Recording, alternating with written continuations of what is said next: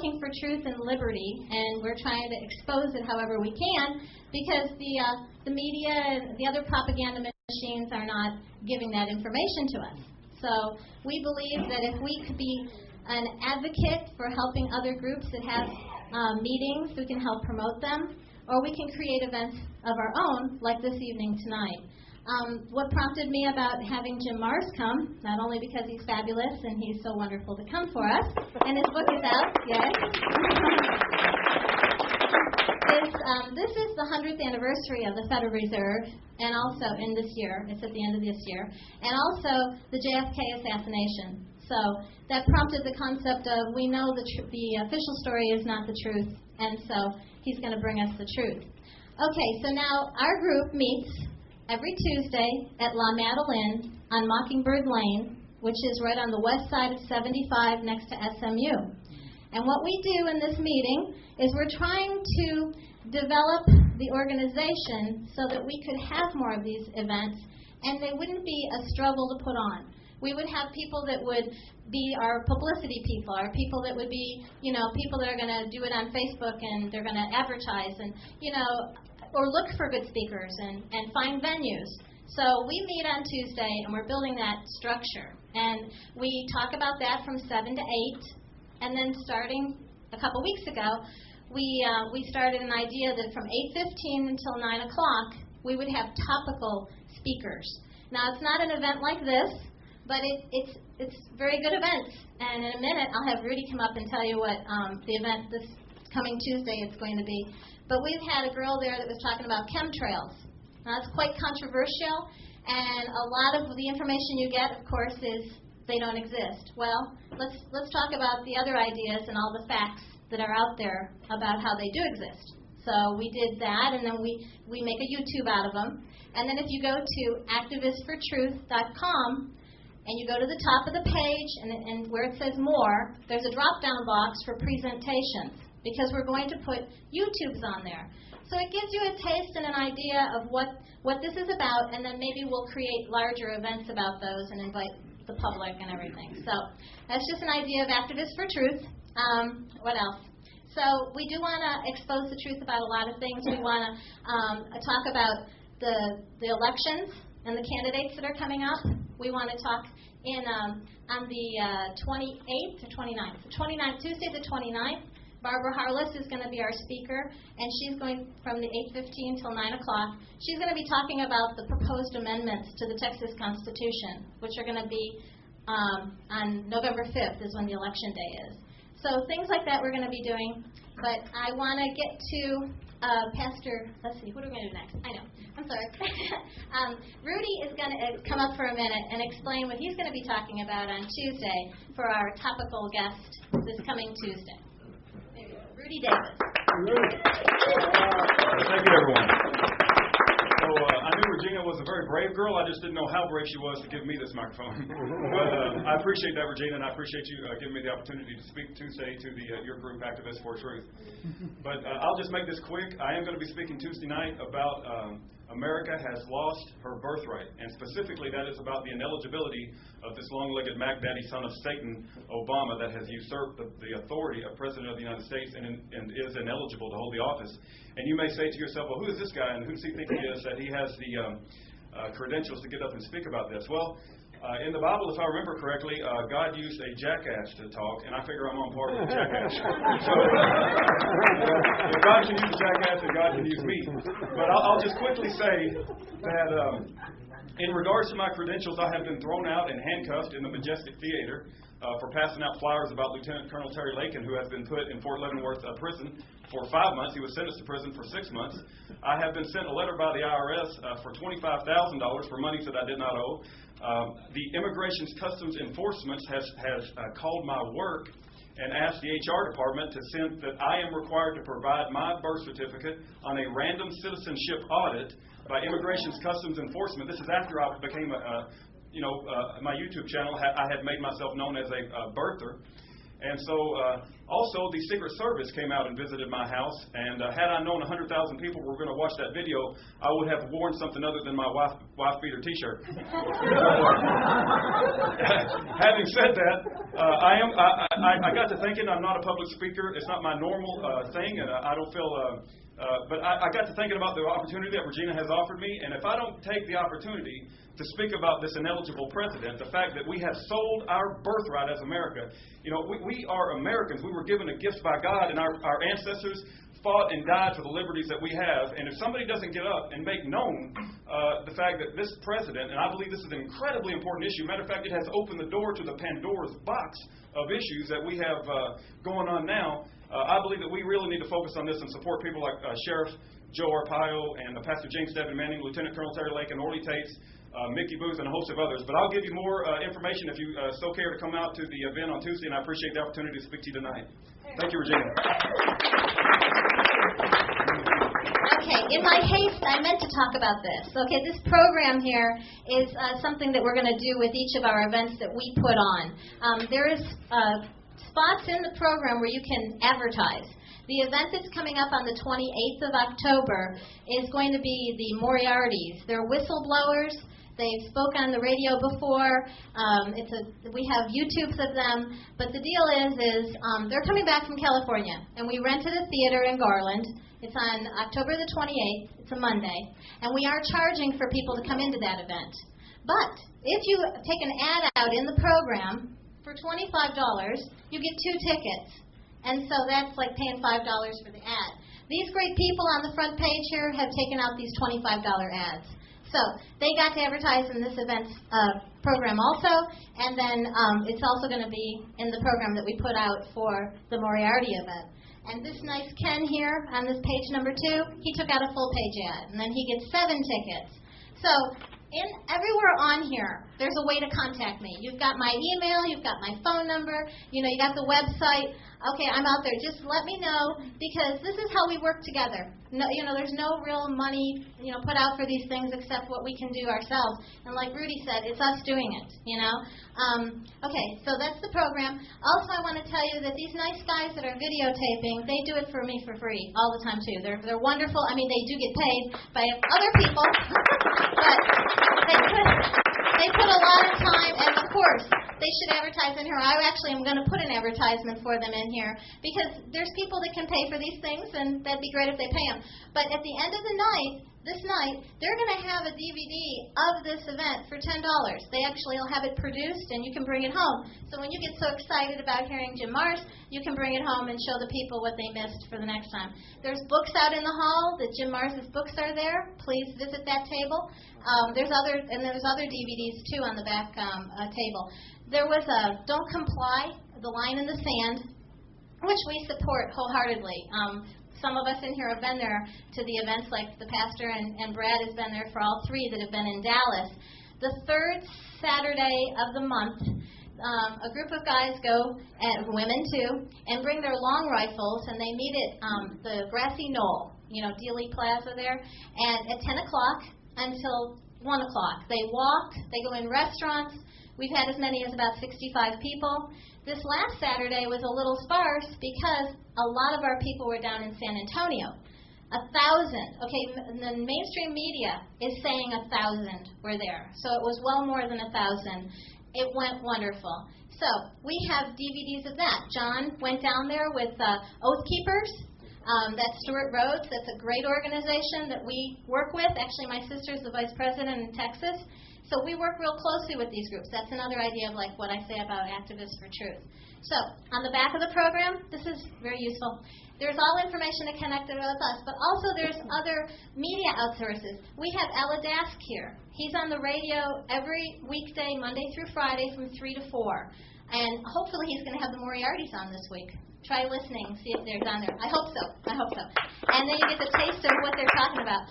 But there's the New American Magazine is a great magazine. We actually have a reporter from the New American Magazine here tonight, Kurt Hyde. He's in the audience. It's a fabulous magazine, and it's listed on the back of here. As we go along, I want you guys to let me know, where do you think there's good sources of information? Pastor Eric Philpott is going to come up and say an opening prayer. But what he's saying to the congregation is, and his church meets here from 5 until 7. What was I going to say? Anyways, he talks to the congregation, and what he was saying is it's the truth. Usually in the old days, you could go to the church and you could get the truth. But now with the IRS statuses and all the things, they muzzle the pastors. And so we need to find pastors like him. He didn't take the tax-exempt status. He says what he wants, and he says it straightforward, and it's all about truth. So, anyways, I think I'm done now, and we want to get on with the program. That's the main thing. And Eric's going to open us in prayer, and then Stuart will introduce Jim Mars. And thank you.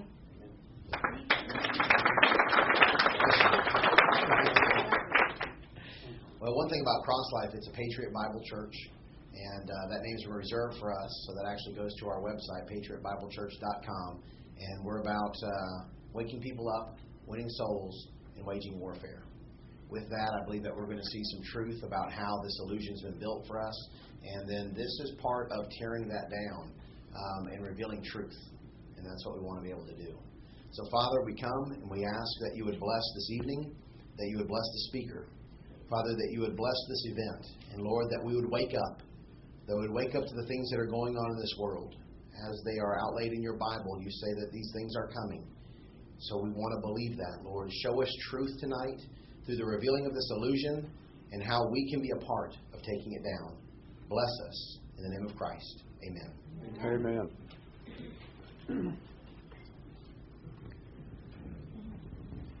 Well, I get the distinct pleasure to introduce our speaker tonight. Jim Mars is a husband, he's a father, he's a grandfather, and he's intimately maybe the premier expert on this issue, and many, many more, and he's got a bunch of fantastic books out there. All of us need to support his work. He was a longtime reporter for the Star-Telegram. He's a researcher and author, and Jim's going to take us down the rabbit hole to expose truths that most people don't even have a clue about, or don't want to think about, or don't want to address. But last of all, I need you to understand, Jim Mars doesn't always drink beer. But when he does, he prefers Dos Equis. So let's welcome the most interesting man in the world, Jim Mars.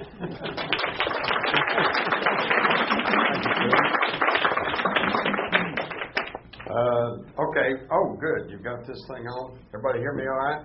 Yes. Great. Howdy. Howdy. Come on, we're in Texas. Howdy. Howdy. There you go. All right. It's a pleasure to be here. Thank you. And I particularly honor each and every one of you for getting away from that idiot box and coming out somewhere to try to find out what's going on. I have been asked over and over and over through the years, will we ever know the truth about the Kennedy assassination? Well, the answer is you already know the truth. It's simply that the media, my media, that I pledged myself to as a journalism student, worked in for 50 years, is no longer there. I trained and committed to be a journalist, but I didn't leave journalism. Journalism left me. There are no more journals. There are only corporate advertising delivery systems. Okay? And I want to tell you one of the absolute worst of them is right here in your little town, the Dallas Morning News. What a crock.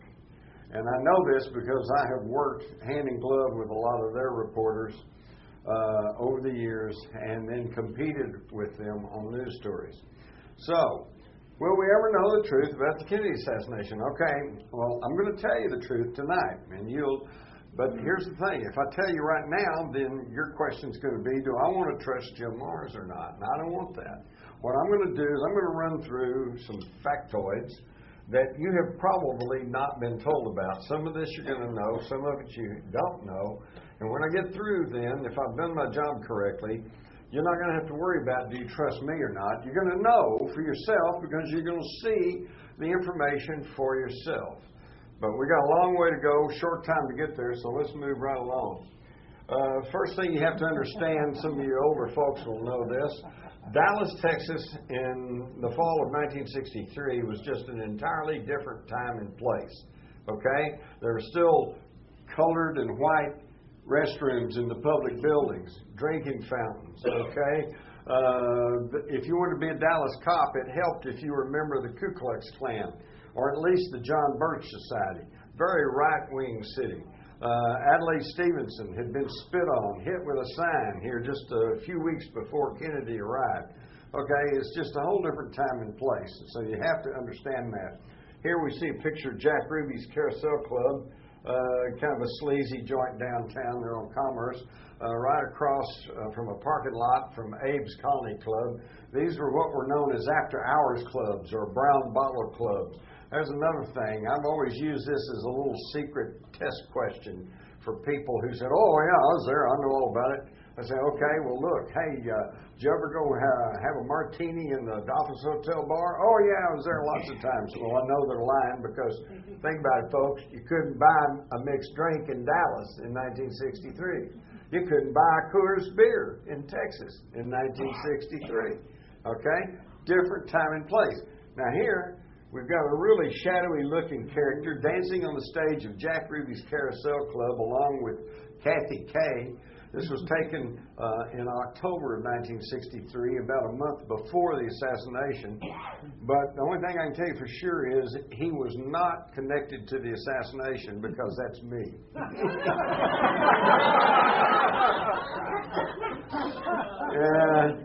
I kind of look like Buddy Holly. And I was a sophomore at North Texas at that time, already on a degree plan for journalism. And I had a couple of roommates that were from Dallas, and we were always arguing over what was better, Dallas or Fort Worth. I won't go into that, seeing how I'm in front of a Dallas audience. But so they would bring me to Dallas and show me around and show me where everything was. And so they had taken me to the Carousel Club. I was there a few times. The thing I want you to understand is I met Jack Ruby, okay? I was on a degree of journalism. I knew what was going on. I knew about the Citizens Charter Committee, and Eric Johnson, and the people that were running Dallas, and Amon Carter, and the people that were running Fort Worth. I already was aware of all this, but I was not part of it. So I have no grudges, no axe to grind, no agenda to try to push. But I was aware of all of this. I was told by fraternity brothers, if you want to get in a high-stakes poker game, go into Dallas, go to the Carousel Club, look up Jack Ruby. They said, but be careful. He's connected to the underworld. The underworld. Again, different time and place. We had never heard of the mafia. We didn't even know the mafia existed down here in Dallas at that time. Most people did not know the CIA existed. I was aware of the CIA because I was a journalism student. I was well-read. I knew we had a secret intelligence agency called the Central Intelligence Agency, but I didn't really know much about it at that time. Just like today, most of you probably don't know very much about the National Security Agency, which is 3 times larger than the CIA. All right? So anyway, you have to put it into the context. So we moved to Dealey Plaza. Now, most of you have been through Dealey Plaza, so I'm not going to spend a lot of time describing that. This is a photograph taken by James Alkins, an Associated Press photographer, right at the time of the gunshots. You can see Kennedy's hand is up near his throat. He's already clutching, come on, my stubby little fingers. Jackie's white gloved hand is on his arm. His Secret Service agents are all kind of looking around like, what was that? The only one that seems to be looking at the president is Clint Hill, and he was not even supposed to be there. He was assigned to Jackie Kennedy, and at the last minute she said, I like Clint Hill and want him included on the detail. And so at the last minute, they put Clint Hill on there, and if you remember the Zapruder films, he was the only one to react and jump off and try to race towards the president's car, jump on the back in a futile attempt to save the president. Now, while his people are kind of looking around like what's going on, we see the door to the Secret Service agents following Lyndon Johnson. Here you can see Lady Bird, and you can see Ralph Yarborough. Johnson's in there, too. They're already reacting. Well, they're sure on top of it. One of the reasons that the Kennedy's Secret Service detail didn't react very well at the time of the assassination was because, contrary to Secret Service regulations, they were drinking till 5 or 6 in the morning that morning over at the Cellar Club in Fort Worth, run by Pat Kirkwood. better known as the Jack Ruby of Fort Worth, and I got to know Pat pretty well. And here's another little piece of information about how that they have been lying to you all along. When the Warren Commission came along, the Secret Service regulation said if you're on 24-hour duty, travel duty away from Washington, that's considered 24-hour duty. You are not to drink, okay? And yet they were drinking at the press club. I know that because I later was a president of the press club. And when it got to be past midnight and the Liquor Control Board said you can't serve any more drinks, then they called up Pat Kirkwood and he said, oh, bring them on up. And they went to the Cellar Club and they were there till 5 in the morning drinking Salty Dicks, which was Everclear and grapefruit juice. And yet when the Warren Commission met, head of the Secret Service said, well, they felt so bad about losing the president, I didn't want to prosecute them for drinking, when they shouldn't have been, so we're not going to do anything about that. And Pat Kirkwood and a couple other people signed affidavits, said, well, they couldn't have been drinking at the Cellar Club because we didn't have a liquor license. This is true. But it didn't stop them from giving you liquor, all right? And how do I know that? Because I went there and got the liquor, all right? I was, even back in high school, back in the 50s, I was in a junior achievement program, and we got to publish a whole teen page in the Star-Telegram. That's where I got to meet a lot of the reporters, photographers, and some of the news editors, especially the ones that were handling our teen page. And then after work, I'd go hang around with some of the older reporters, and they'd take me to the cellar. And since Pat Kirkwood knew we were reporters, he didn't care whether it was underage or not. He'd give us the hard liquor, too, just like they would to the cops and to the, it was just a corrupt, this is the way it works, okay? And I'm just telling you all the truth so you understand how this works. I would also point out this figure in the doorway of the Texas School Book Depository. Well, now the shots are being fired, so obviously it can't be Oswald. And by the way, and there's more on this later, but you'll notice that from the 6th floor of the School Book Depository, there's no line of sight through this tree. Now, if you look closely, it's a white guy with a high forehead, a model shirt, and open to the navel, white T-shirt on underneath. Exactly the configuration and the clothing that Lee Harvey Oswald was wearing a couple hours later when he was arrested. Now, the government tries to say that it was Billy Lovelady, and here's a shot of him that day with his big old check shirt and his heavy growth of beard and his shirt buttoned up to the top. But nevertheless, they say, well, that's Billy Lovelady. I won't dwell on this because who knows from a photograph, but just to show you that there is a question. His mother, Marguerite Oswald, always said, that's her son Lee in the doorway. Well, obviously, if he's in the doorway, he can't be on the 6th floor shooting. This photograph was taken by a man named James Powell, who happened to be an Army intelligence agent. We know he was there because he made the mistake of going in the School Book Depository, and he got trapped when they sealed the building, and he had to show his credentials to get out. He became part of the official record. Now, you may be asking yourself, what is an Army intelligence agent doing in Dealey Plaza taking pictures of the facade of the Texas School Book Depository prior to the assassination of President Kennedy? That's a damn good question. It's never been answered.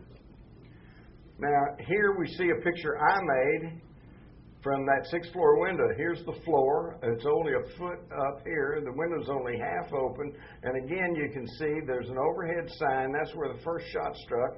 And you can't get a line of sight because the tree's in the way.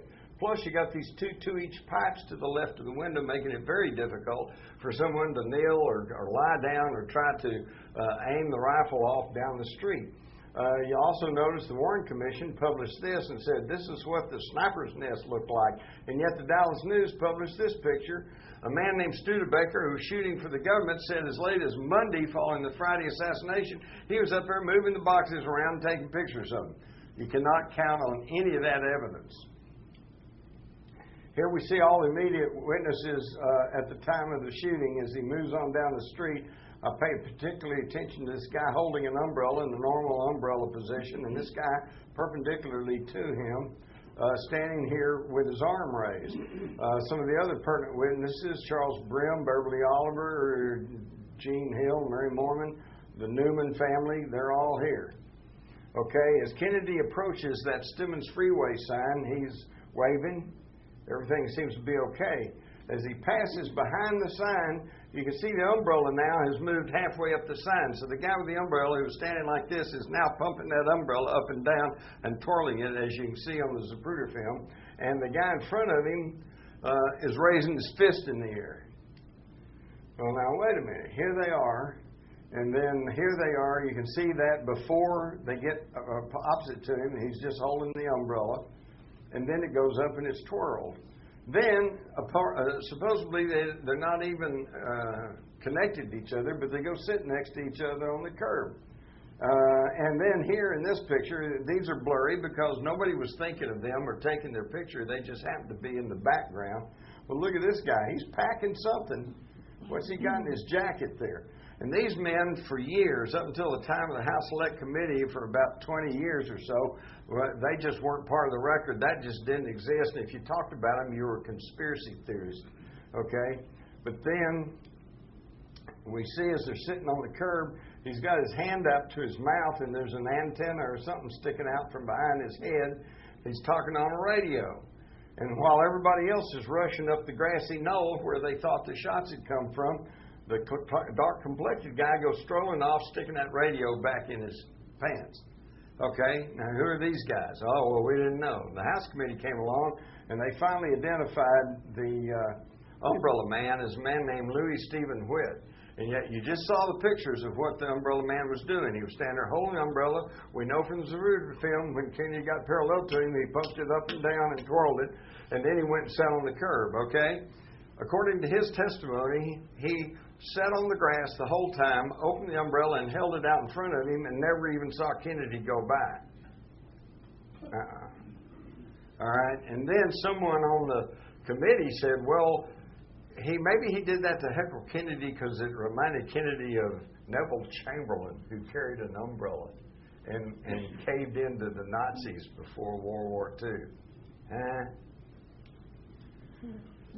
Flint Hill, the only one to react, jumps on the curb. Meanwhile, you see the Newman family laid down. They said the shots came from up behind them. Emmett Hudson, who is right here, the groundskeepers for that end of the plaza, said the shots came from up behind him where the police patrols were, although there were no policemen stationed in that area. Jean Hill said she saw somebody fire from behind that fence. Now, this has been misconstrued, misstated too. You've been told that Jackie Kennedy was trying to escape the car. You've been told that Jackie Kennedy crawled out to help Clint Hill get in the car. None of this is true. In her own testimony, which was classified, not known to the public for 15 years, and fully supported by the testimony of a doctor and a nurse at Parkland, we find out she crawled on the rear deck of the car, braces herself with her left hand, reaches out with her right hand, and picks up a piece of the president's head. Turns around, crawls right back into the car under her own power. She still had it clutched in her hand at Parkland Hospital, and when one of the doctors came by, quite pathetically, she said, "Here, will this help?" and offered him this piece of skull, which he took. Now, why do they want to confuse that very dramatic scene? Because if you know there was a piece of his head that was blown to the rear deck of the car, that's indicative of a shot from the right front.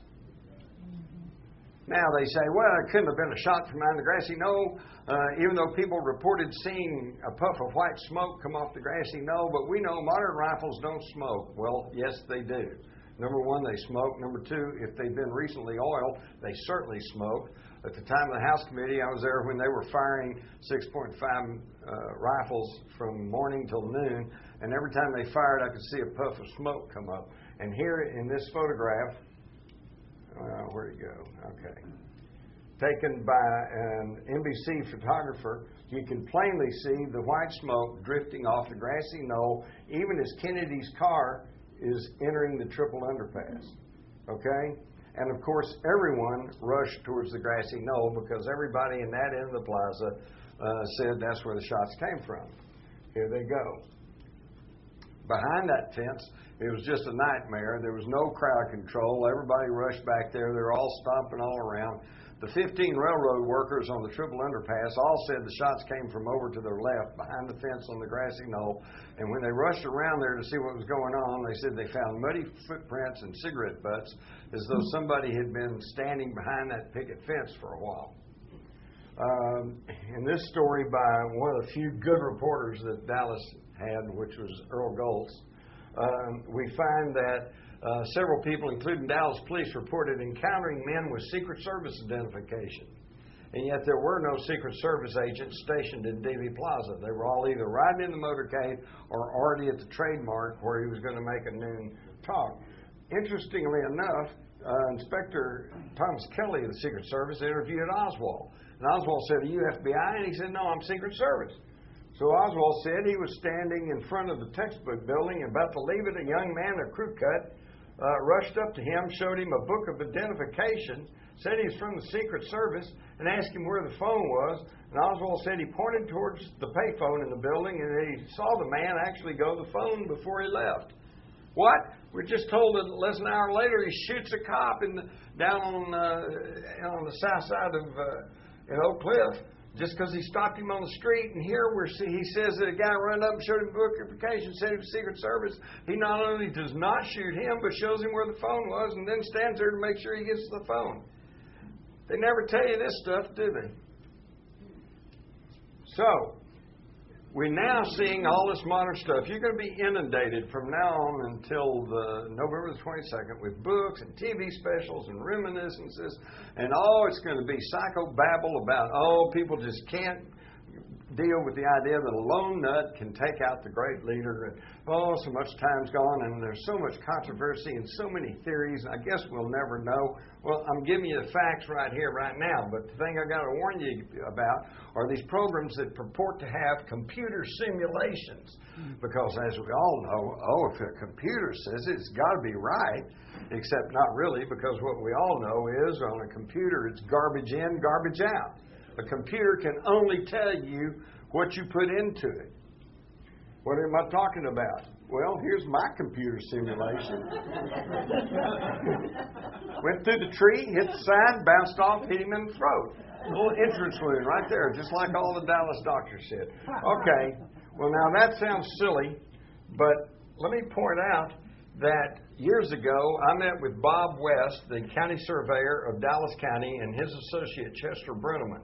They were hired by Time Life to do the survey work in Dealey Plaza on Monday following the assassination. They said at the end of that work, they, along with the Secret Service agents they were working with, and Time Life people, said there's no way one person could have done this assassination.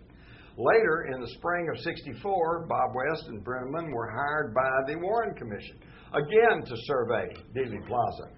Chester Brenneman allowed me to copy their original plat map, and here it is. And you notice that they made a notation here saying this area hid behind a tree for any shot from the depository as of this date, May '64. It also shows the area of a bullet shot on the curb on the south side of Elm Street. That's never been accounted for. And here, it's kind of off the picture here, but there's yellow marks on the curb. You can still, if you go down Dealey Plaza today, go on the south side of Elm, go along, look very closely, you can still see the faint traces of this yellow paint that was there. There was a little 2-foot stripe here, and you go down about 10 feet, and there's another 2-foot stripe. And on the Zapruder film, if you watch closely, you can actually see the bright yellow flash by as they go by. Now, it's only these two little spotches. Okay? It's not the whole curb, which doesn't make any sense. If you're going to paint the curb in yellow, be careful, or red, no parking, you paint the whole curb. Well, here's these two little spots, and what happened right in between those spots? The fatal headshot. These probably were markers for the assassins. In fact, while you're at that, the whole idea is to catch him in a crossfire. All right? Because if you're a lone assassin and you're in the 6th floor of the school book depository, your shot would be when Kennedy is coming toward you on Houston Street and you have a stationary target. Or you could have waited until he turned 6 floors below you on a very tight 120-degree turn, and you could choke the rifle out and hit him on the head. It's been quite effective. But no, we're told that this assassin on the 6th floor waited until he turned and was moving downhill laterally away from him with a tree intervening in the line of sight before he finally took a shot. Makes no sense, but it makes sense if you're talking about a triangulation of fire, standard sniper ambush technology. So, this map, thank you. This map that Chester Booneman allowed me to copy was reproduced in the Warren Commission. You'll find it in the volumes.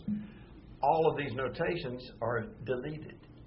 And furthermore, they made their measurements from each frame of the Zapruder film, and you can see the original numbers on their map up here, and down here is what the Warren Commission published, and they altered the numbers and altered the frames.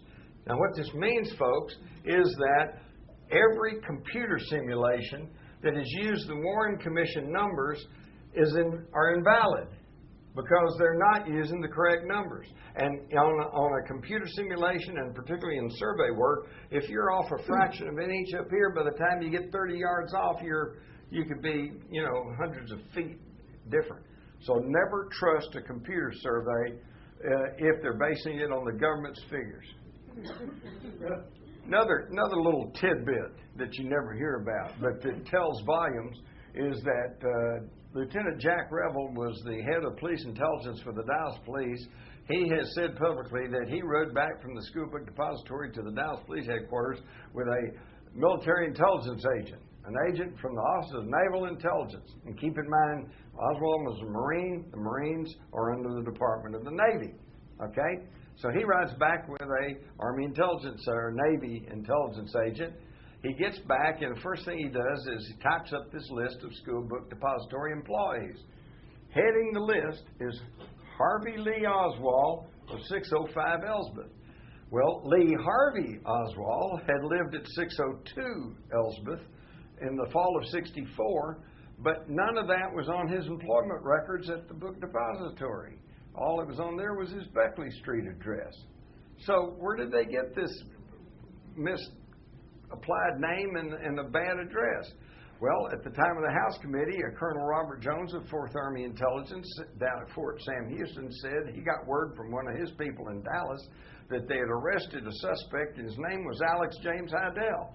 He said he went to the military intelligence files and he found that Alex James Hydell cross-referenced to a Harvey Lee Oswald of 605 Elsbeth.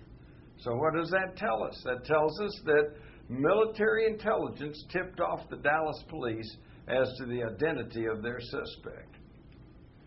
And sure enough, about 1:50, he's arrested at the Texas Theater, and here they come bringing out the chief suspect.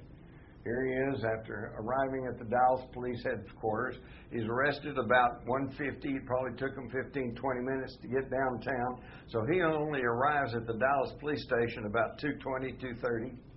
And he had two sets of identification on him. One says he's Lee Harvey Oswald. The other says he's Alex James Hydell. And he's being uncooperative. The police say, well, which one are you? And he said, well, you're the cops. Figure it out. And yet, at this very time, we're told in 1977, with a release of about 80,000 FBI documents, 2 hours after the shooting, at this time, when Oswald had just arrived at the police station, and they weren't even sure who he was, J. Edgar Hoover's on the telephone to Robert Kennedy, saying, we have a man in Dallas. He's Lee Harvey Oswald. He's an ex-Marine. He defected to Russia. He's a mean-spirited individual in the category of a nut.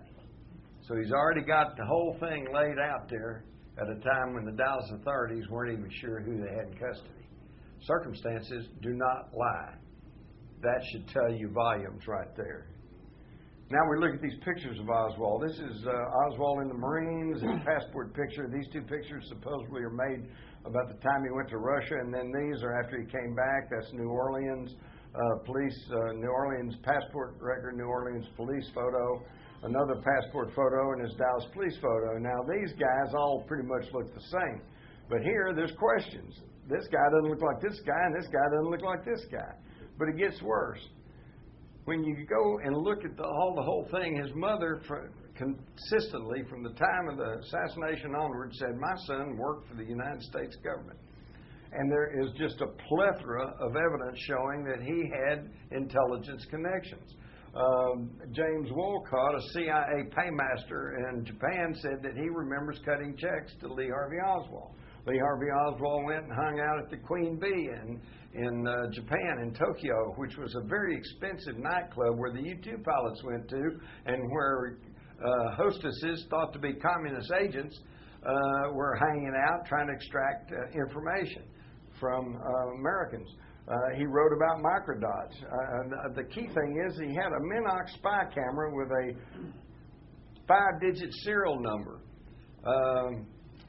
The Dallas News, again, my friend Earl Goltz, doing a good reporter's job, checked with Minox and found out that the only commercial Minox cameras, which are known as spy cameras, available in the United States at that time carried a 6-digit serial number. So where did Oswald get a non-commercial spy camera? Then, to add insult to injury, the FBI came down and tried to coerce the 2 Dallas detectives that found his equipment, tried to get them to change their reports to reflect they'd found a light meter, not a camera, and they wouldn't do it. They said, "We know a camera when we see one."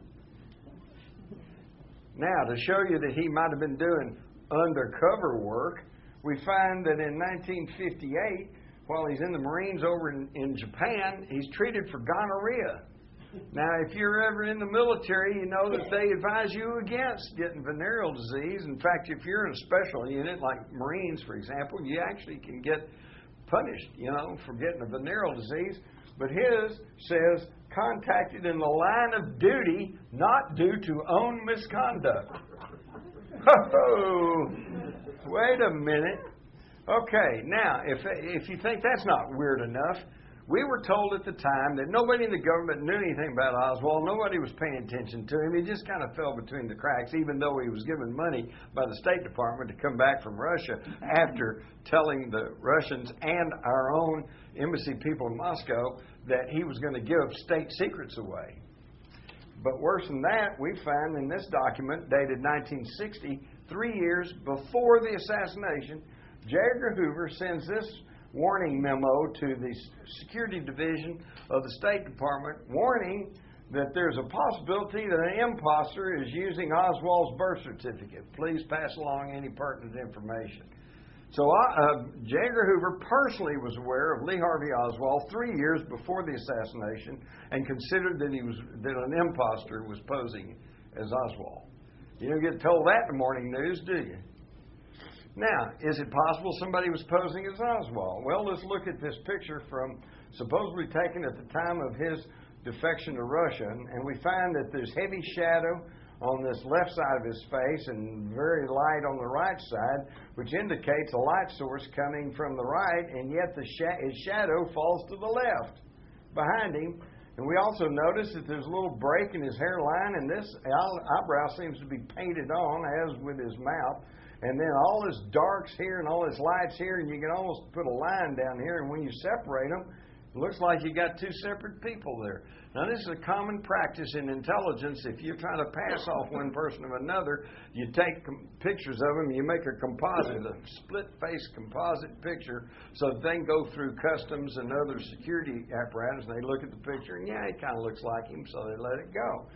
But is that true? Yes. Here's the other pictures. Look at these split face, and you can see, obviously, here's one person, and here's Lee, here's Harvey.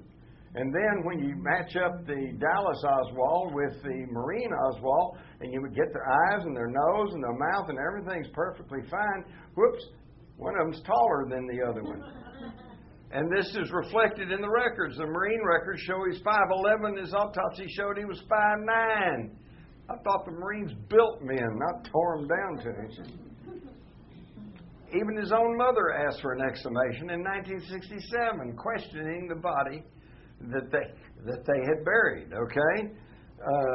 But, of course, that got printed in the Star-Telegram, but didn't go anywhere else.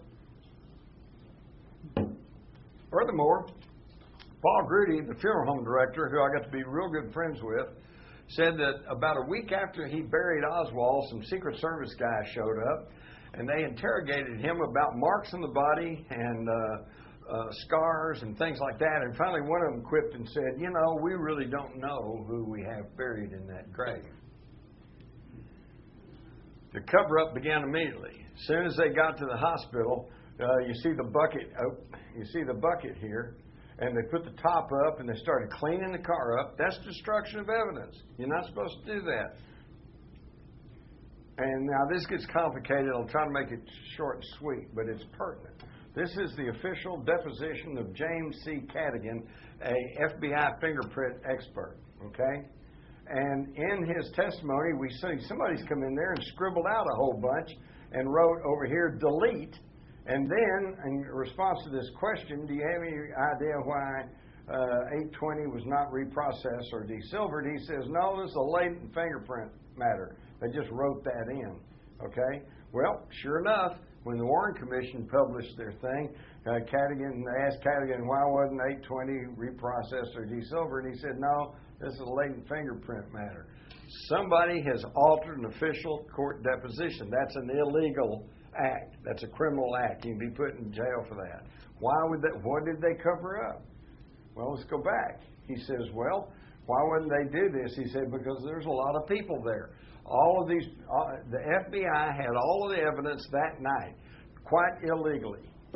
And why did they do that? Okay, because he said it was he said, was this on November the 23rd? 63? Yes, November the 23rd. A very large quantity of evidence was brought in. Several agent examiners available to evaluate, says Cadigan. Supervisory officials, representatives from the Internal Security Division, all of whom had an interest in this matter. And this is when all was cut out. And one of the reasons it was cut out is because quite illegally, that evening, they took the evidence away from the Dallas police and shipped it to Washington.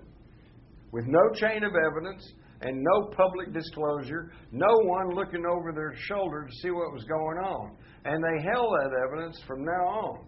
Here we see Chief Curry, Jesse Curry, the Dallas Police Chief. And he said, Captain Fritz, who was in charge of the Homicide Division, in charge of the investigation, argued. He said, well, I need the evidence here. I need to get some people to try to identify the gun, try to identify the pistol and things. If it's in Washington, how can I do that? And they said, well, did you get it back? He said, no, not to my knowledge. He said, we were given some pictures of everything. He says, but as far as I know, we have never received any of that evidence back. It's still in Washington, I guess. Perhaps the commission has it. J. Lee Rankin, the chief counsel of the Warren Commission, says, yes, the commission is still working with it. So they asked him, well, why did you give up all the evidence, contrary to law and proper procedure? He says, well, we kept getting calls from Washington, and they kept saying, insinuated someone in high authority was requested this, and we finally agreed as a matter of trying to cooperate with them. And I can tell you it was Cliff Carter, Lyndon Johnson's assistant. Okay, so why does this matter? Because this means all of the evidence was in the hands of the FBI with no chain of evidence, no oversight, no one keeping tabs on what was happening for 2 full days. It was not until November the 27th, the Tuesday following the assassination, that the media and the public were told that the FBI had been asked into the case, and that's when it became the official evidence. So they had all this evidence for 3 full days with no oversight, which means they could have put anything in it. They could have taken anything out of it. Now do you understand why the evidence is in such controversy? And the evidence was jimmied with. Here we have the Warren Commission copy of the Dallas Police evidence sheet. 6.5 spent rounds, 3. Okay, Oswald, 3 shots, 3 rounds there. Tight evidence, folks, except on the original document, which I got out of the police files when they finally opened them in 1991, they only had 2 spent rounds. Furthermore, down here, we see it blank at the bottom that the Warren Commission gave us, but we find here that the paraffin test on Oswald was positive on both hands and negative on the face. Well, I have the actual report. He had traces of nitrates on both hands, but no gunpowder, and no gunpowder or nitrates on his face. That's evidence he did not fire that rifle that day. But instead of trying to explain this, the Warren Commission simply hides it away. They don't tell you about this. And the Dallas Morning News has never told you about this either. Here's an FBI document dated November the 24th, 63, file number, Vincent Drain Agent. And they look like the same document, but this one says that the paper found at the Texas School Book Depository matched the paper that they said was used to bring the rifle into the building. Well, that's incriminating to Oswald.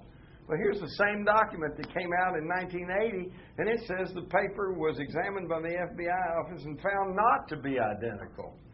So one says the exact opposite of the other. Well, which is correct? Well, this one, the FBI was actually queried about this, and the spokesman said, this one, that's a phony document. How many other phony documents are in the FBI files? Okay? And when did they put them in? During those 3 days when they had total control of the evidence? And to show this, they said, okay, here's 2 empty shell casings that they found, plus 1 live round that was in the chamber of the Mannlicher Carcano rifle. And you notice they all have this little anomalous dent on the shoulder of the cartridge that they said was a peculiarity of Oswald's rifle. Well, later, this 3rd cartridge shows up, and it does not have the dent, indicating it had never been chambered in the Oswald rifle. They said a Dallas policeman carried this around in his pocket for a few days, and, he kind of forgot it was evidence, and so belatedly he turned it in. Give me a break. And now for the rifle, the scope cost more than the rifle. The rifle was sold in batches of 2, big batches for $2. Okay, the scope was like $9 or $10, so the whole thing cost $12, and the most of the money was for the scope. It was that bad a rifle. Now the key thing is that everybody thinks, well, Oswald was a marksman, and he used that war rifle. Well, wait a minute. Any of y'all been in the military? All right, then you know the 3 categories of when you go to the firing range, and the lowest one is marksman. Right. The next one's sharpshooter. The top one is expert. I know, because when I was in the Army, I fired expert, and I got me a pass to New York. All right. Well, I had to. I was from Texas. And he only made marksman on his final test by 2 points. Barely made marksman, the lowest of the categories, and that was a real shameful event for a Marine. You were supposed to fire at least sharpshooter, and you were actually expected to be a marksman if you were in the Marines. And on the first time when he first went in the Marines and took his first test on the firing range, he didn't even qualify. He couldn't even make marksman. He couldn't even hit the target. Okay, and we're told that this guy, a bad, mediocre shot at best, used this rifle. Well, maybe he used the scope. Not really. The Warren Commission shows right here that the Army Ballistics Test Center said before they could test the rifle for accuracy, they had to put 3 metal shims under the scope to make it align with the rifle and be accurate enough to test. And then the Warren Commission, they're even thoughtful enough to show us pictures of the 3 metal shims they had to put under the telescopic sight to make it align with the barrel of the gun. Give me a break, folks. This is the most ridiculous thing I've ever heard. Do you realize why I get so adamant about this? Because it's just so blatant. It is so simple. This is not rocket science. They have just lied to you from day one. Here is Oswald's belongings, and you can see the Minox camera right here, plus all of this other miniature camera equipment that was said to run into a few $1,000s even back in '63. Where does he get all this equipment? Where does he get this money? I also want you to notice that there's a picture here that they said was of General Walker's house, and there's a car right here, and you notice there's nothing wrong with that photograph. You'll see the purpose of that in a minute. We see here, when the Warren Commission published that photograph, somebody's punched a hole in the license plate of the car. So you can't tell who that car belonged to and who was consorting with General Walker and who might have been involved in that attack on him in the spring of '63. Okay, this is destruction of evidence, folks. If you or I did that in connection with a homicide, we'd go to jail. This was done while in the hands of the federal government. Now, on Monday evening in Dallas, before the news media, Henry Wade, the district attorney, had conducted a news conference and kind of added, by the way, if I mentioned we got his fingerprints on the gun. Well, that pretty well sealed it for everybody. Hey, fingerprints on the gun? Obviously, he must have done it. Okay, well, let's look at that. Again, keep in mind, all of the evidence, including the rifle, was sent to the FBI that night, Friday night, November the 22nd. The next day, on November the 23rd, in a document signed by Edgar Hoover, it states, no latent prints were developed on Oswald's revolver, the cartridge case, unfired cartridge clip in the rifle, or even the inner parts of the rifle. The next day, no usable prints on that rifle. On Sunday, the rifle was shipped back to Dallas. All right. On Monday morning, Agents Harrison and Vincent Drain took the rifle over to Miller Funeral Home. In this story from the Old Fort Worth Press, it says an FBI team with a camera and a crime lab kit spent a long time in the morgue. Paul Grudy, the funeral home director, said he was there when they put Oswald's dead hand on the rifle, and said he had a heck of a time getting the black fingerprint ink off of Oswald's dead hand in time for the burial that afternoon. And then that evening they said, oh, we got his fingerprints on the rifle.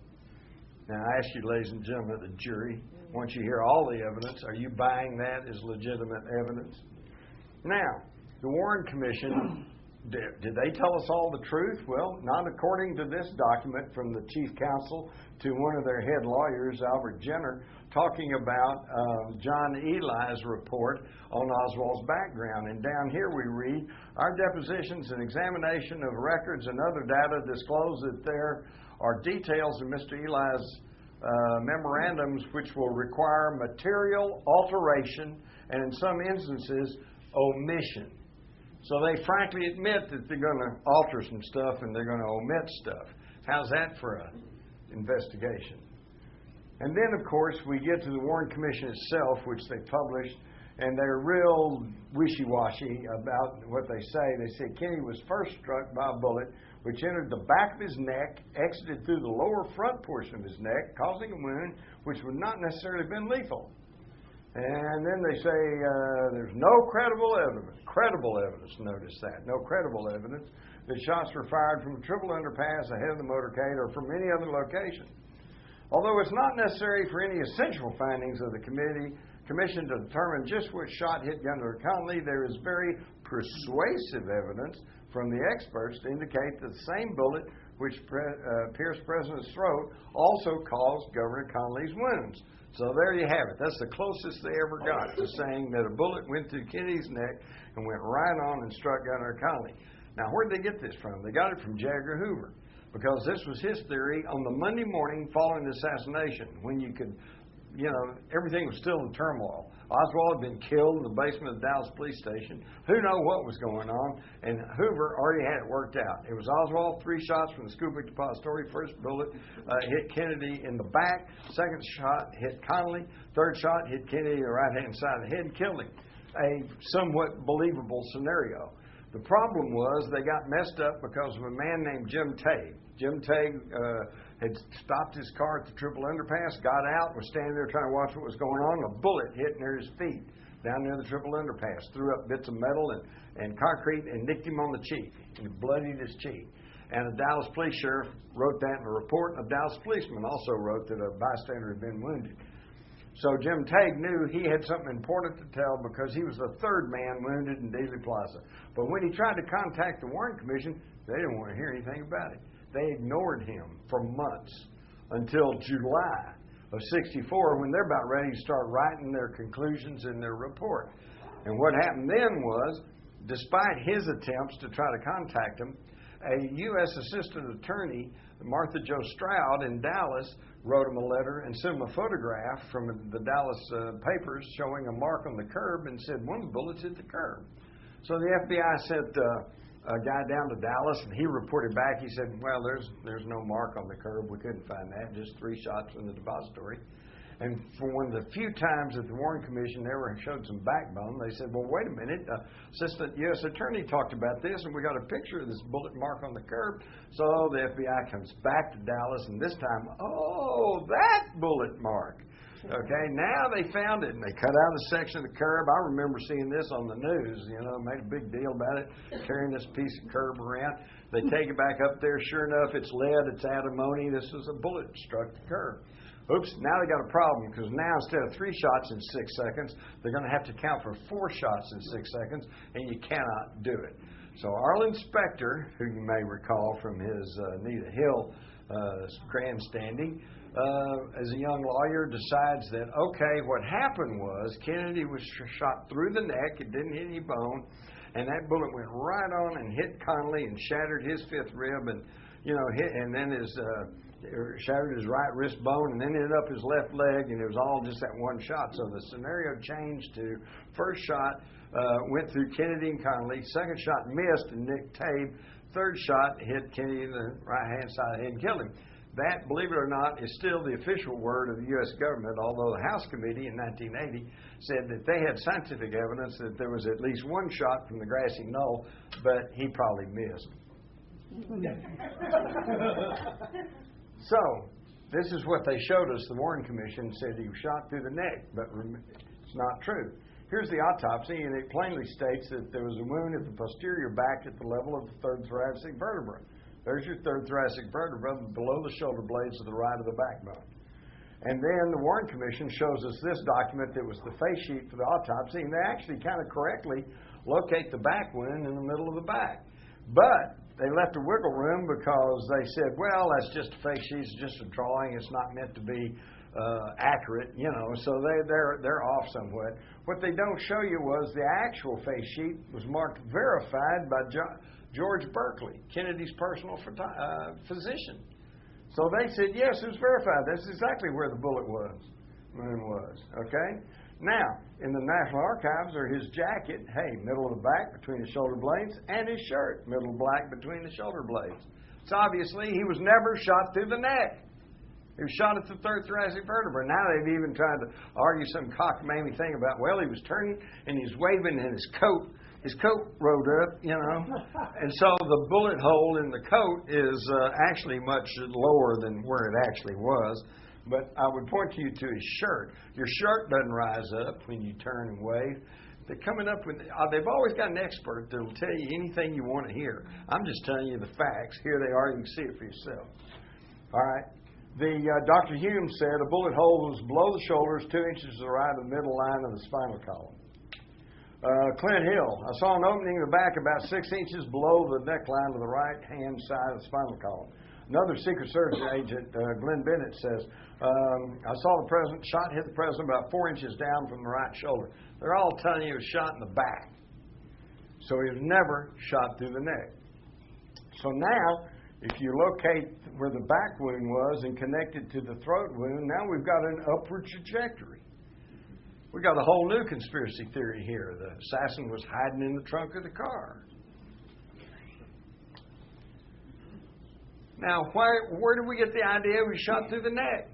Through our only unelected president, Gerald R. Ford, who we now know was on the Warren Commission and spying for J. Edgar Hoover, reporting back to Hoover on everything that was going on in the Warren Commission deliberations.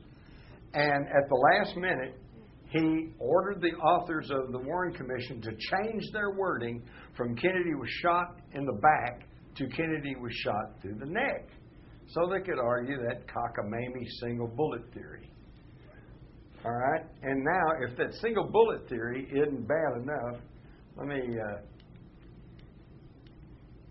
single bullet theory says that 60 feet in the air comes a shot, strikes him at the 3rd thoracic vertebra, doesn't hit any bone, but somehow courses upwards, exited out the Adam's apple, the neck and front, somehow twisted midair, comes back down, strikes Connolly in the back, shatters his 5th rib, exits out the right front of his chest, enters his anterior side of his right wrist, shatters that wrist bone, and then ends up in his left thigh.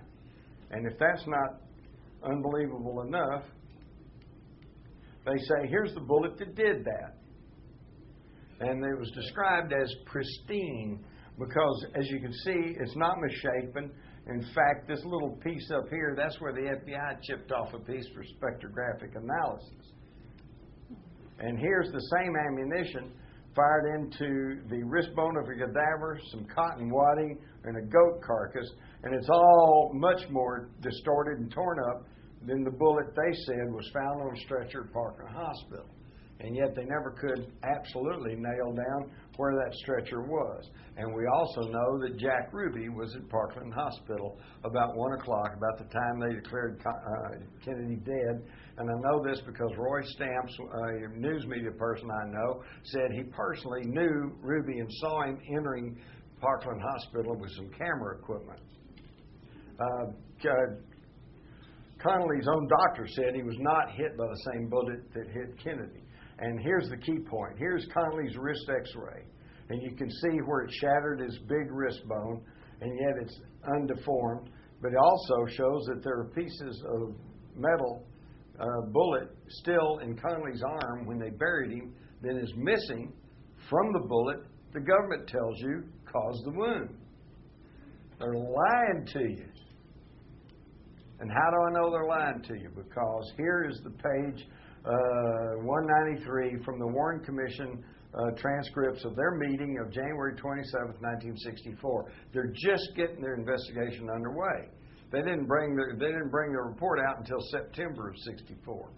And we hear J. Lee Rankin, their own chief counsel, say, well, it seems quite apparent now, since we have a picture where the bullet entered the back, that the bullet entered below the shoulder blade to the right of the backbone, which is below the place where the picture shows the bullet came out in the neckband of the shirt in front. And that bullet, according to the autopsy, didn't strike any bone at all. That particular bullet didn't go through. So that how it could turn, and about that time he realizes what he's saying. How could it turn in midair and go back down and strike Connolly? So he stops. He shuts up. But they knew. They knew the single bullet theory didn't work. And if the single bullet theory doesn't work, the single assassin theory doesn't work. They just lied to you. In fact, here's Arlen Specter trying to demonstrate the single bullet theory. And interestingly enough, they got the mark a little bit high, I think, but nevertheless marked in the back of this representative of Kennedy. And to make the thing go through his neck and go on to strike Connolly, he's got to hold that straight edge about 6 inches above the guy's right shoulder. It just doesn't work, and yet they're still trying to sell you that cockamamie story. There was not even any brain present at that time, but about a week later, oops, they had a brain. Now, all of this is happening at the level of the federal government. All the doctors and nurses at Parkland said he had a huge gaping wound in the right rear portion of his head. That's an exit wound. And yet, when they showed us this drawing early on, they said, no, it's okay, and here's the bullet hole right here where the bullet entered in the back of the head. And yet, when Humes was shown, the autopsy doctor was shown that picture, he said, well, I don't know what that is. He said, but I never saw anything like that. And sure enough, years later, the autopsy photographs themselves actually surfaced, and we find out that's not even a hole. It's a piece of dried blood or something, but there's hair sticking through it. So, again, they're just lying to you. And this looks painted in. And you can see now you can't even trust the Zapruder film, because here we see on frame 257, you can see the head and what it looks like. And here you can plainly see that area where that gaping wound was has been painted in. And this has been confirmed. You can read about this in my the new updated Crossfire. I've got 11 Hollywood film and tape experts who've studied this film and said there is crude retouching. So you can't even trust the Zapruder film. And we know there's 6 frames missing out of it. And what was on that? What was on that was the fact that they took out the frames showing that a bullet struck the Stemmons Freeway sign, which is exactly what people who were there have told me. But the sign was taken up less than a week later, disappeared, unaccounted for. Nobody's ever seen it since. And the State Department, the State Highway Department, which is in charge of signs, said, we didn't do it. So we don't know what happened to that sign, but that's pretty indicative that something happened to it or they wouldn't have taken it up. Now, some of you, have any of you all heard the theory that the driver turned and shot Kennedy? Well, it's hogwash. Here's frame 314. When you hear that and you see those frames, you're going to see a very bad copy of the Zapruder film, so bad that oftentimes it's not even in color. But here you can plainly see that Greer, the driver is hands on the wheel, and this is simply the top of Kellerman's hair. And see, you can see the same highlight, sun highlight here and here. Back then, some of you older guys know this, we all wore greased hair, right? Everybody put hair grease on. So it really shone in the sunlight, and that's what some people have said in a very bad copies. They said, oh, well, he turned and pointed this pistol back at Kennedy. Didn't happen. All right, we've already talked about the wounds, but this is very important. You didn't hear about this in the Dallas News either. This is Gerald Custer. He's not a conspiracy theorist or author or anything else. He was the technician who took the autopsy x-rays at Bethesda Naval Hospital. And appearing with him at the same news conference was Floyd Reeby, who took the autopsy photographs. Both of them today say that the x-rays and the photographs being shown to us by the National Archives are fakes, phonies, and not the x-rays and photographs they took. Lying to you again. And we know this because here's the x-ray that they're showing in the National Archives, and it looks like the whole right front portion of his skull has been blasted away, and yet in the autopsy photograph it's perfectly okay. We've all seen that Life magazine, and used to convict Oswald in the public minds months before the Warren Commission came out from behind closed doors here in secret testimony concluding that he was the assassin. And their headline says, Lee Oswald with the weapons he used to kill President Kennedy and Officer Tibbet. How's that for innocent until proven guilty? But now, what about that picture? Is that a legitimate picture? When Oswald was shown one of those pictures, there were supposedly two separate photographs found of him in the backyard, taken by his wife, Marina, with a handheld camera. Okay? And when he was shown the photographs, he said, well, that's my head, it's my face, but I don't know, that's not my body. I've never seen that before. That's a composite picture. Okay? Now, did any of the federal investigations, the Warren Commission, House Select Committee on Assassination, did any of them say, well, he says, y'all have probably also heard his famous quote when he's in the halls of the police station saying, I didn't shoot anybody. I'm just a patsy. Okay? Now, did any of those investigations say, well, gee, he said he was a patsy. Is there any evidence to show that he was? No. They never considered it. Every investigation starts off with the basic predetermination that Oswald did it all by himself. He's guilty. Now let's see how we prove it. Well, let's look at this photograph and see if we can prove what he said is true. If you take the two photographs, 133A and 133B, and make them into a blue and red transparency and bring them to the same size and lay one on top of another, since they're two photographs from a handheld camera, nothing should match. But instead, we find his face is an absolute match on each one. There's a physical impossibility with two separate photographs from a handheld camera. What this proves is that he was telling the truth. His face has been pasted onto somebody else's body. And there's even further proof. We can see on the two, now they altered the face.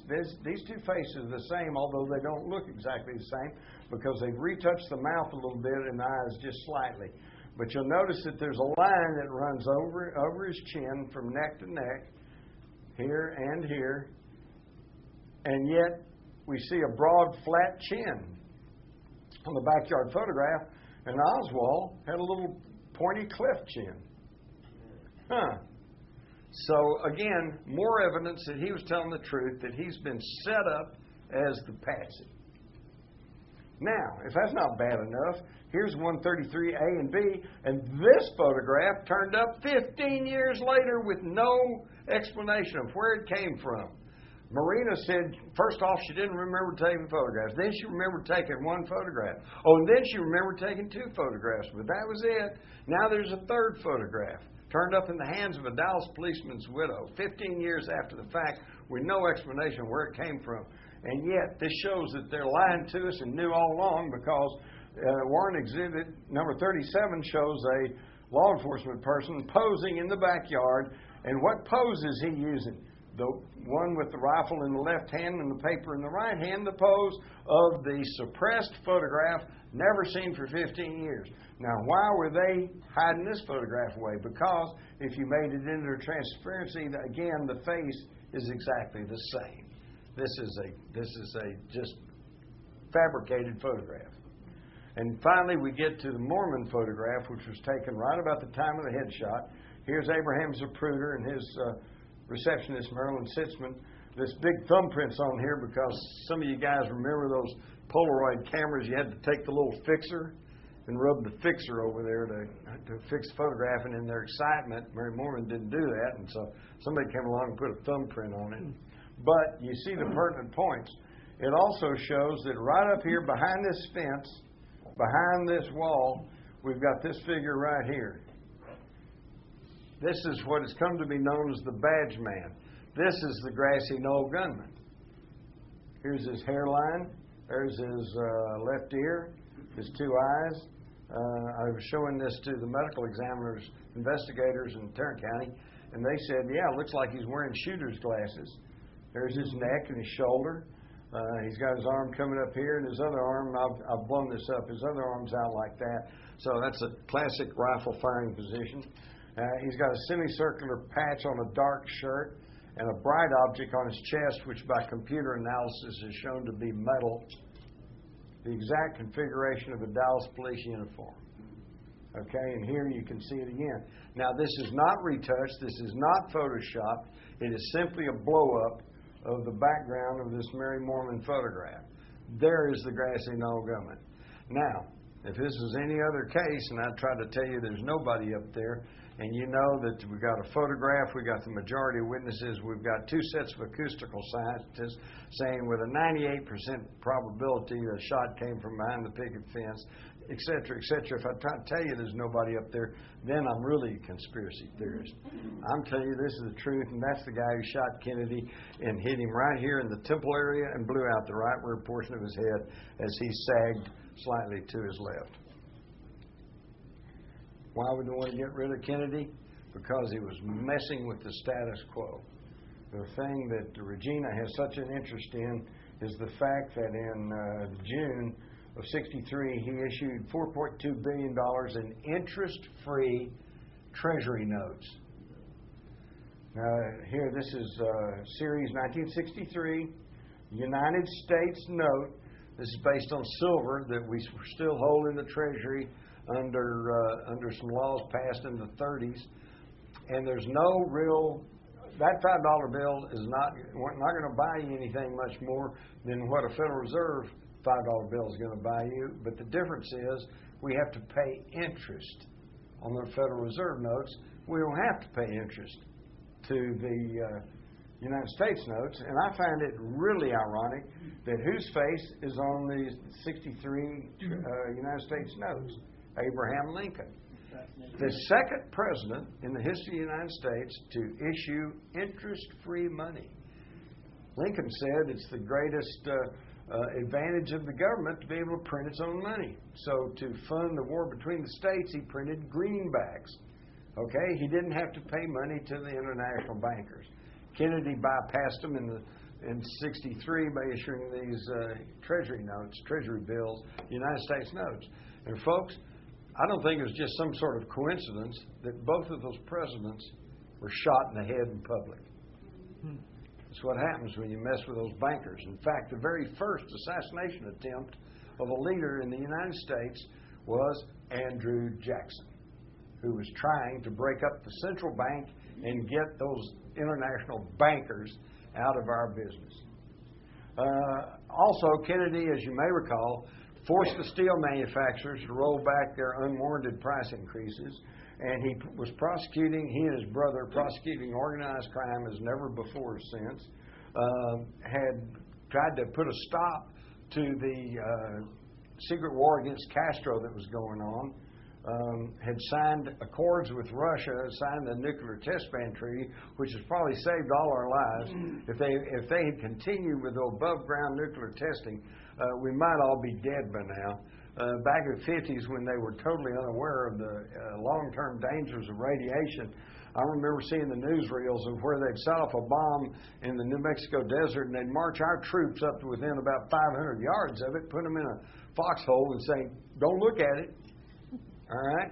And don't think that we didn't have lots of little bombs, and don't think, and I'm getting ahead of myself, but for those of you interested in 9/11, you hear about the possibility of nukes being used, and you go, well, because we keep thinking of a nuke like we think of the picture of Little Boy that they dropped on Hiroshima, and it's this great big thing. Hey, I remember the 50s seeing the newsreels. We had atomic cannons that would fire nuclear shells, fire 9 miles, and they'd set off an atomic explosion. That's an artillery shell, but that big. That's in the 50s. So the idea that they got something down about this size, that's not so far out. He also talked about doing away with the oil depletion allowance. Well, they got the oil men, oil and gas guys. They were all upset with him. So we can see that he had angered and alienated every powerful and violent faction in this country. But now, as to who actually did it, I will name you the 2 men who, by our legal system, can be considered guilty in the assassination of President John F. Kennedy, and that is his successor, Lyndon Baines Johnson, and his next-door neighbor and buddy, J. Edgar Hoover, head of the FBI. Now, can I prove that those 2 men ordered or orchestrated the assassination? Excuse me. No, I cannot. But what I can prove to you, beyond any reasonable shadow of doubt, and I would hope that I have proved to you, is that steps were taken at the highest levels of the federal government, at the level of Lyndon Johnson, the level of J. Edgar Hoover, to obfuscate, block, deter, and alter any truthful investigation. This, under our legal system, makes them accessories after the fact. And here in Texas, we have executed accessories after the fact. That the facts of the case show they didn't pull the trigger, but they were there, they knew about it, they helped hide the gun, they helped run the man the getaway car or whatever, and they get executed because under the law they are as guilty as the person who pulled the trigger. In this case, those 2 men are as guilty as whoever pulled the trigger. And we could go in now, everybody's going to say, well, you know, we could go on, we could be here for weeks talking about the Kennedy assassination. But what I have just shown you, hopefully, is enough to show you that it was covered up at the level of federal government. Why? Here's, I think, is the big one. On October the 11th, Kennedy, through George Bundy, signed this action memorandum, National Security Action Memorandum 263, in which he said he approved the military recommendations contained in the McNamara-Taylor report, which stated things look better in Vietnam. I think we can pull out by the end of 1965. He approved of that. Then he said, directed that no formal announcement be made of the implementation of plans to withdraw 1,000 military advisors by the end of 1963. He was starting to disengage from Vietnam. Okay? But then, on Monday, following the Friday assassination, Johnson issues National Security Action Memorandum 273, and although he starts off saying over here that the objectives of the United States with respect to withdrawal of the U.S. military personnel remain as stated in the White House memorandums. Yeah, it says that there, but over here it says programs of military and economic assistance should be maintained at such levels that their magnitude and effectiveness in the eyes of the Vietnam government, it does not fall below the levels sustained by the United States in the time of the Diem government. The Diem brothers were overthrown on October the 1st, 63, so this kind of roundabout says don't drop the military levels below that. That effectively stopped the pullout order. Okay? Then they go on to talk about the plausibility of denial, draw up plans against Laos, widening the war, bombing the North. This is when the Vietnam War got underway. We only had military advisors in at the time of the Kennedy assassination. After the phony baloney Gulf of Tonkin incident in August of 64, Johnson, going along with this memorandum, sent in the Marines, ground combat troops, and we really got going on Vietnam. Now, here's the one you're going to love. I got a copy of the draft of Johnson's 273 out of the Johnson Museum, the Johnson Library down in Austin, and this draft was drawn up on November the 21st, 1963, the day before Kennedy was killed. So the day before Kennedy was killed, they're already drawing up plans to stop his pullout order and to set us on a full-blown war course in Southeast Asia. Now, unfortunately, this area was a big benefactor of this change in policy. LTV, Texas Instruments, General Dynamics, Bell Helicopter. We did pretty good here during the Vietnam War, and that's why you're not going to find too many people around here at that time who were too upset that Kennedy got killed.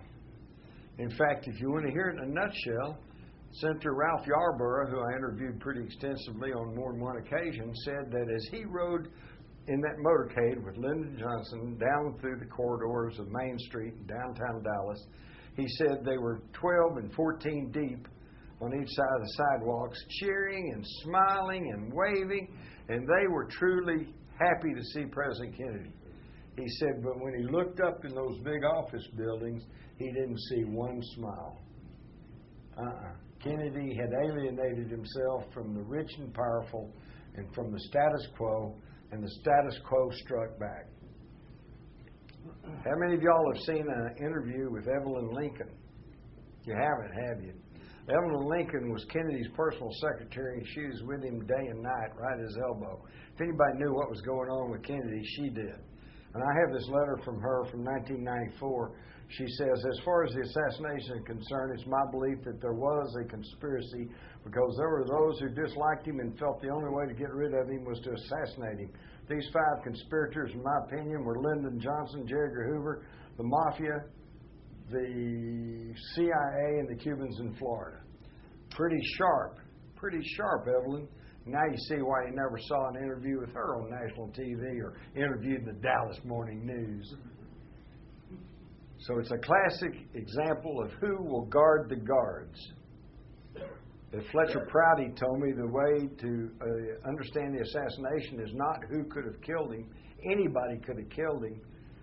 Mafia assassins, KGB agents, rogue CIA people, anti-Castro, you know. The trick is who could strip away his normal security and who could cover up the facts of the assassination. This was in-house. This was what transformed a Texas homicide, because there were no laws about assassinating the president at a federal level at that time. This is what transformed a Texas homicide into a national coup d'etat, a palace revolt. And that's why they're still trying to cover it up. They're still trying to act like it didn't happen, but now you know the truth. Or as John J. McCloy, who served on the Warren Commission, stated, it is of paramount importance to show the world that America is not a banana republic where a government can be changed by conspiracy. But folks, I hate to be the one to say this, but the truth is we're just another banana republic. And you can read all of this, plus so much more, in my new book, The Updated, Expanded Crossfire, and I thank you for your time.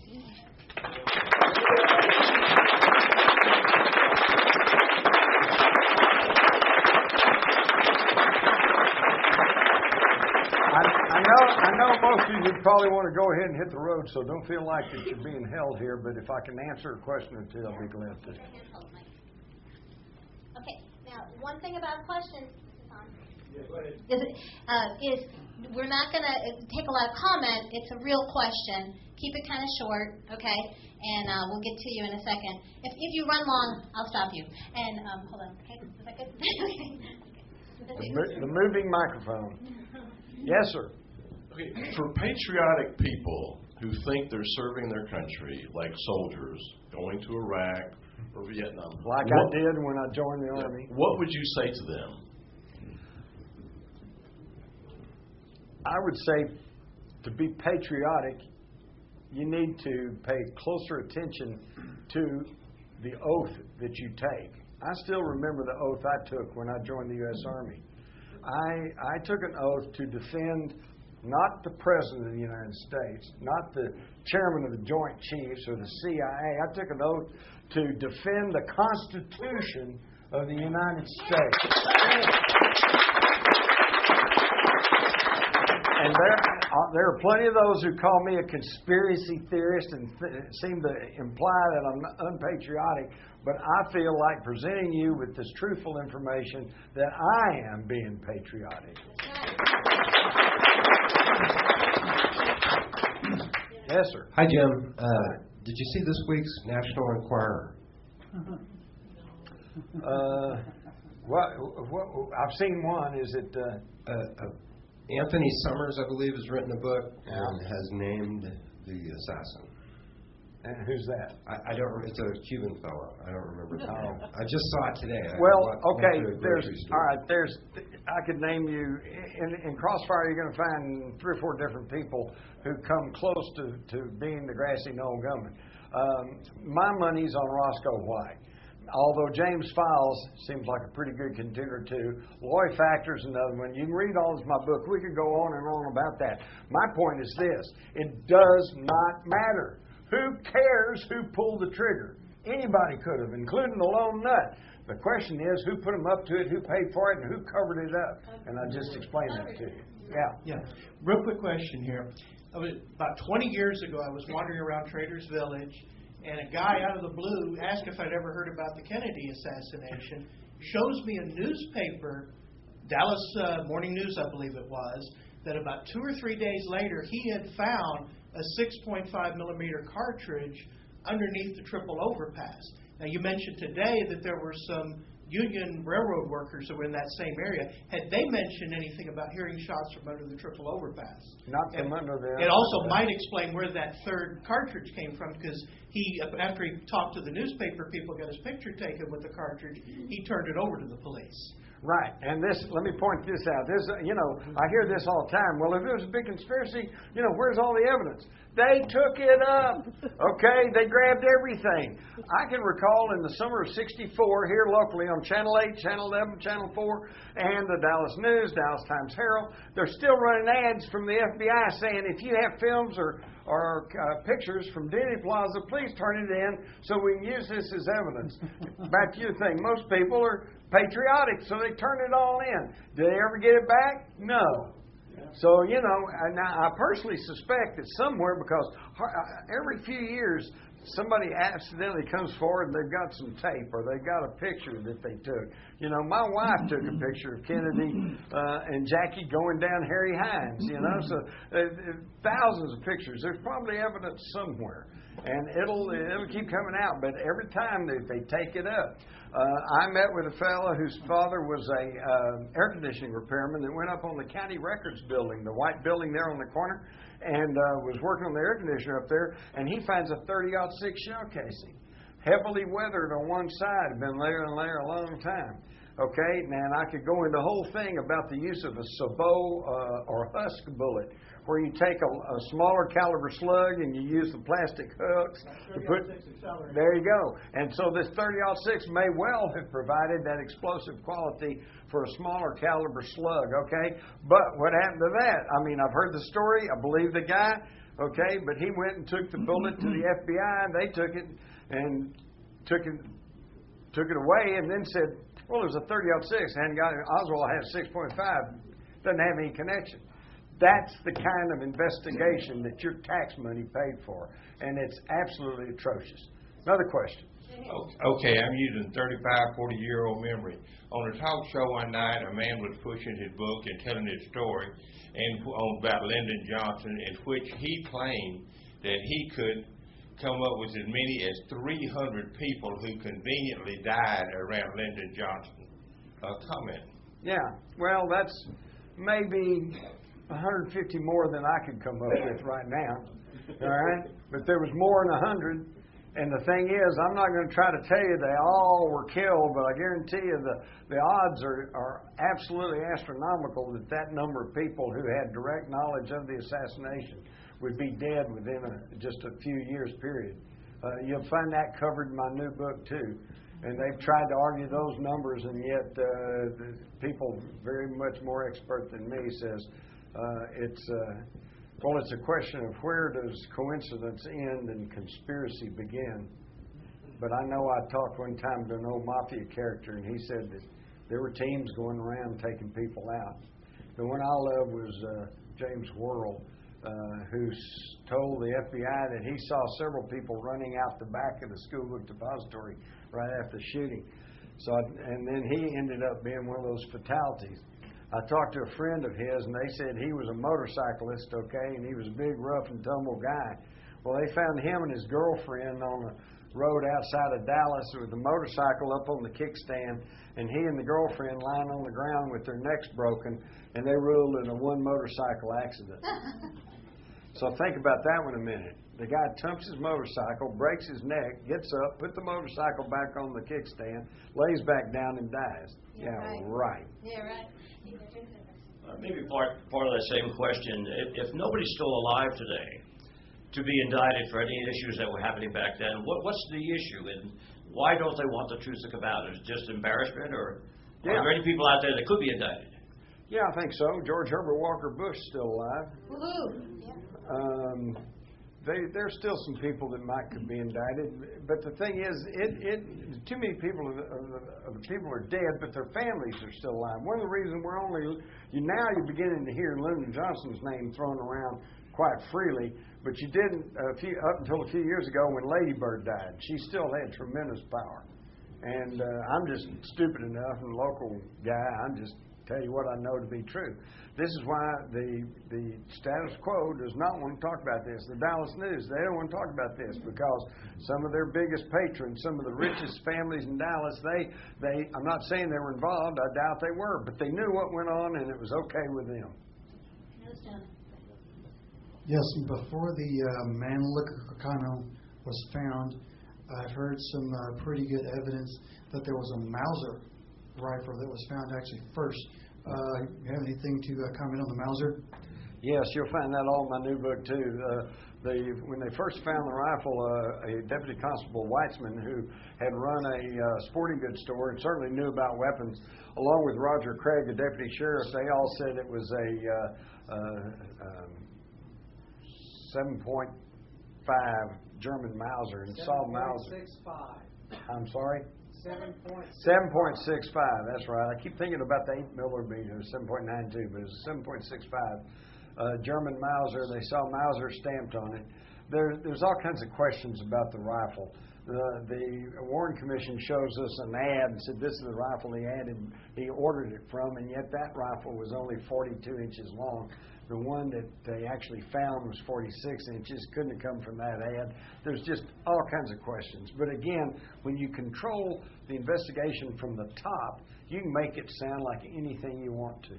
And I think there's very possibly there was a substitution of the rifles. But again, that's just another question. Quick question. In one of the slides you showed, there was a list of, I think, CIA operatives that were controlling or knew about Oswald. Mm-hmm. The bottom of that list was John Stockwell. Mm-hmm. I've spoken to him. I think he's still alive as of a year or two ago. Have you interviewed him in any relationship?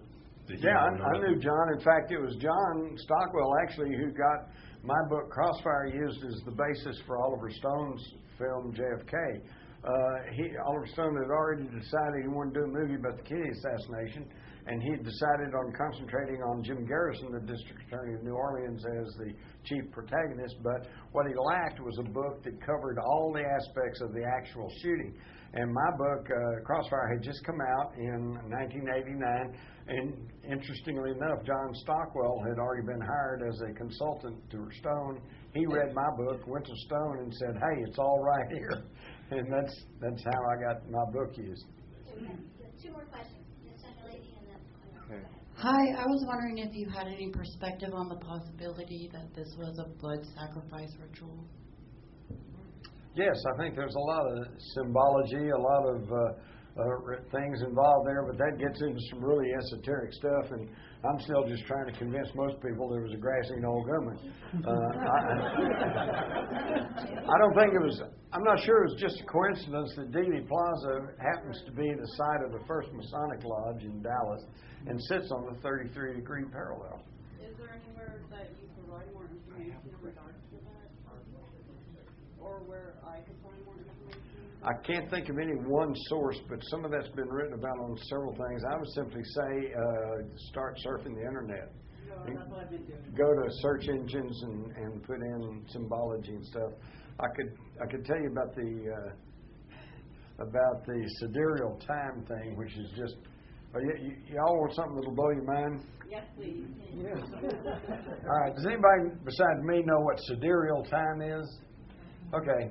Sidereal time is what was used by the old ancient mariners and by NASA and by scientists and stuff. It's we keep time by the revolutions of the Earth around the sun, and one revolution takes 365 days, and that's 1 year. And we also do the revolution of the Earth around the sun, 24 hours. That's how we keep time. That's our regular Greenwich time. Sidereal time is where they keep time by the stars. And that way, you don't run into these problems like right now. You try to call the West Coast, it's 2 hours earlier out there, and it's an hour later back on the East Coast. Sidereal time. Well, sidereal time is also broken into 24-hour segments, okay?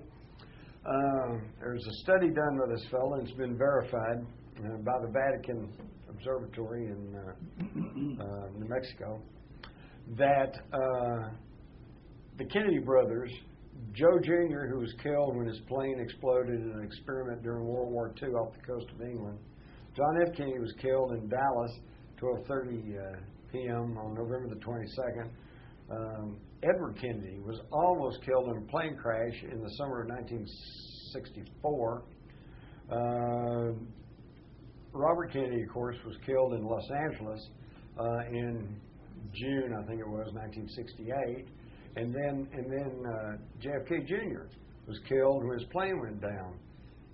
All 5 of these Kennedy brothers, all of their deaths and the one near death occurred within the same hour, within the 16th sidereal hour, which in Masonic lore is the hour of revenge or retribution.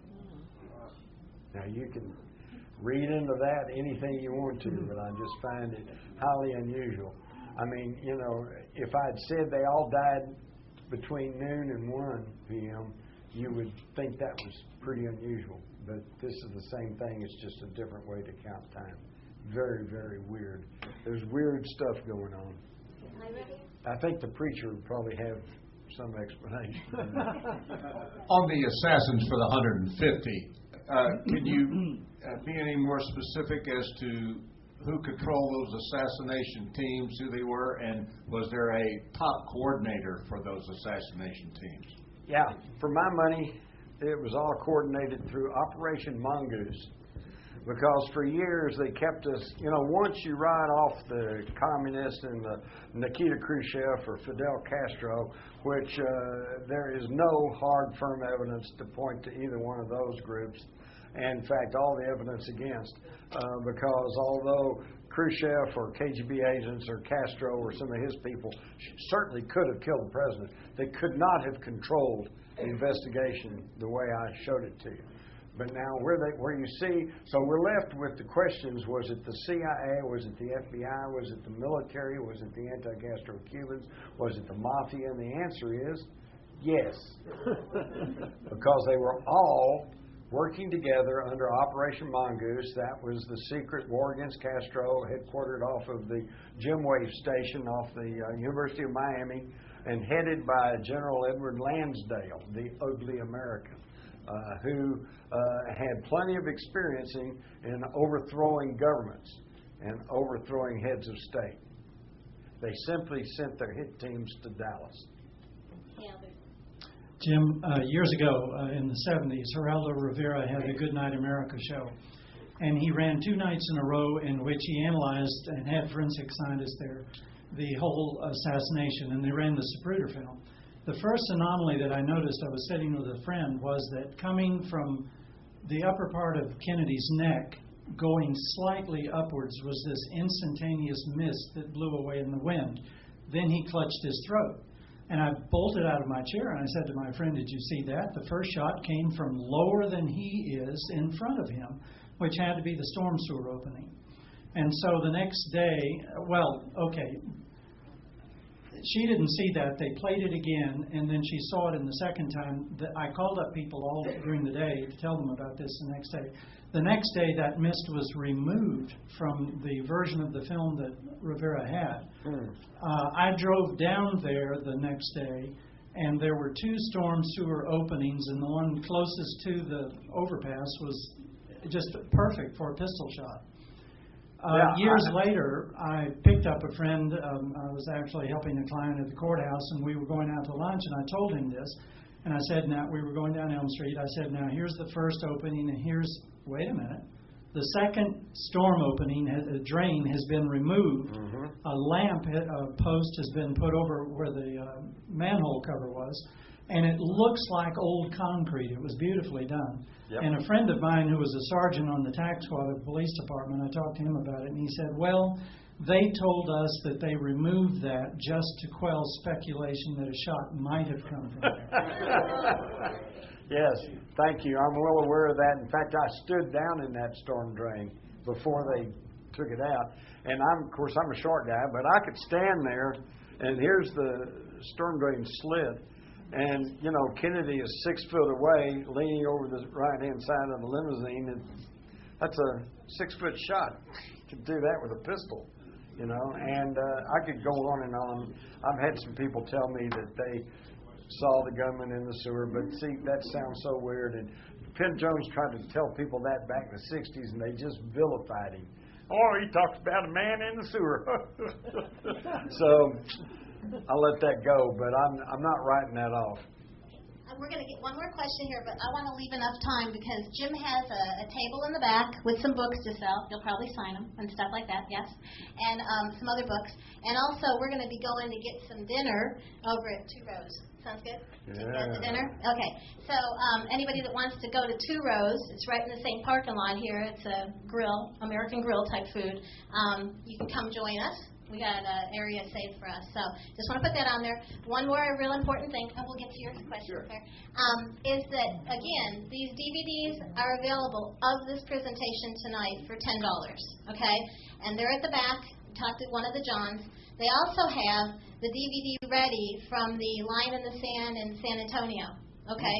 So, and it's actually so much footage, it's on 2 DVDs. So you get 2 circle DVDs, but it's $10 because it's one event.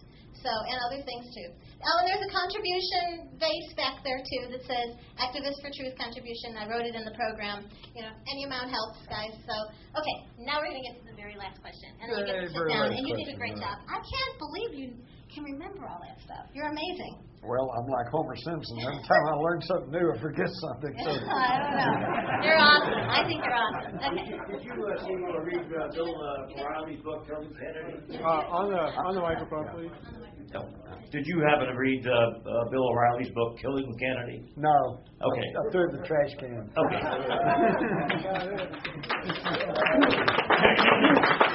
Hey, I was on Bill O'Reilly's show one time talking about my book, Rule by Secrecy, and he ended up by saying, so what you're trying to say is that a small clique of people are trying to run the world. And I said, yeah. And he said, so what? He said, I belong to those guys. Sorry. I have no regard for him or most of those people. In fact, I am ashamed for my own profession. I trained to be a newsman, a journalist. I was taught back in the good old days, back in the days of the old republic, that you're supposed to be looking past the headlines and past